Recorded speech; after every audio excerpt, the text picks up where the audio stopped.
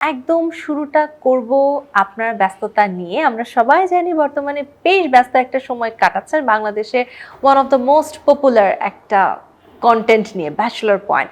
সেটার অভিজ্ঞতা নিয়ে একটু ছোট করে শুরু করি। কবে আসলে জানলেন বা কিভাবে আসলে যুক্ত হওয়া হলো ব্যাচেলর পয়েন্টের সাথে?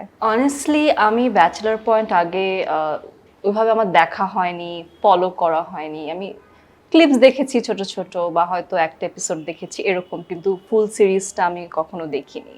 কিন্তু আমার আশপাশে আমার বন্ধুরা ব্যাচেলর পয়েন্টের বিশাল ভক্ত এবং প্রায় সময় আড্ডায় তারা ব্যাচেলর পয়েন্টের অনেক ইনসাইড জোক করে যেটা আমি বুঝতে পারি না এবং আমার ফোমো মনে হয়, মানে ফোমো লাগে, থাকে না যে আমারও দেখতে হবে, না হলে আমি আসলে রিলেট করতে পারছি না।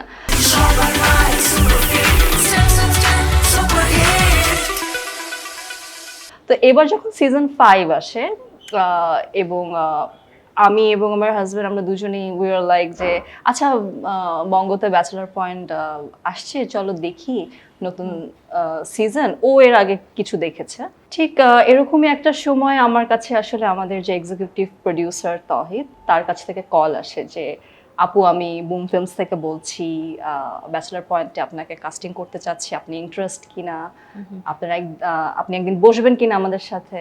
তা বললাম যে হ্যাঁ, আমি জাস্ট ছাড়ছিলাম দেখার জন্য। So it just started like this.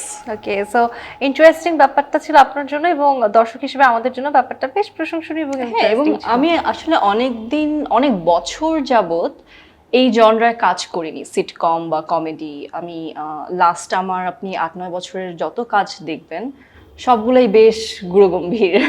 তো আমি আসলে অনেকদিন ধরে চাচ্ছিলাম যে একটু ফান কিছু করতে, একটু লাইট কিছু করতে, যেটা আসলে আমিও একটু এনজয় করব। তো সেই জায়গা থেকে আসলে ঠিক ওরকমই একটা সময় আমার কাছে ব্যাচেলর পয়েন্টের প্রপোজাল আসে।